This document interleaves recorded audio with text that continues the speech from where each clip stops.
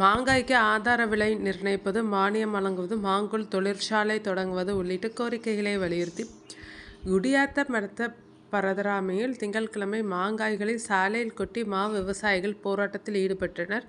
குடியாத்தம் மற்றும் சுற்றுப்பகுதியில் பெரும்பாலான விவசாயிகள் சாகுபடியில் ஈடுபட்டுள்ளனர். இங்கு உற்பத்தியாகும் மாங்காய்களை ஆந்திரா மாநிலம் சித்தூரில் உள்ள தனியார் மாங்குள் தயாரிக்கும் தொழிற்சாலைகளுக்கு விற்பனைக்கு கொண்டு செல்வர்.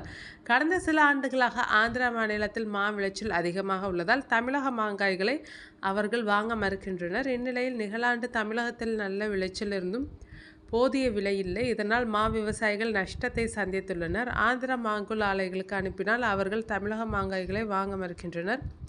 இதுகுறித்து பல முறை மாவட்ட நிர்வாகத்திடம் முறையிட்டும் பயனில்லை என்பதால் அவர்கள் டிராக்டர்களில் மாங்காய்களை ஏற்றி வந்து தமிழக ஆந்திர மாநில எல்லையில் அமைந்துள்ள பரதராமியில் சாலையில் மாங்காய்களை கொட்டி தர்ணா போராட்டத்தில் ஈடுபட்டனர்.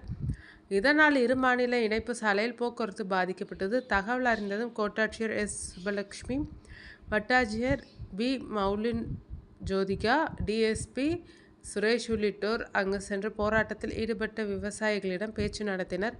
அப்போது அதிகாரிகளிடம் விவசாயிகள் கூறியது, மாங்காய்க்கு டன்னுக்கு ரூபாய் 15,000 ஆதார விலை நிர்ணயிக்க வேண்டும்.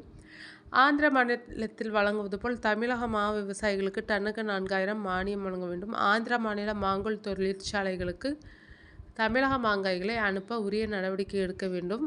தமிழகத்தில் மாங்குள் தயாரிக்கும் தொழிற்சாலையை தொடங்க வேண்டும் உள்ளிட்ட கோரிக்கைகளை வலியுறுத்தினார். இதுகுறித்து மாவட்ட நிர்வாகத்திடம் பேசி உரிய நடவடிக்கை எடுப்பதாக அதிகாரிகள் கூறியதை அடுத்து போராட்டம் விலக்கிக் கொள்ளப்பட்டது.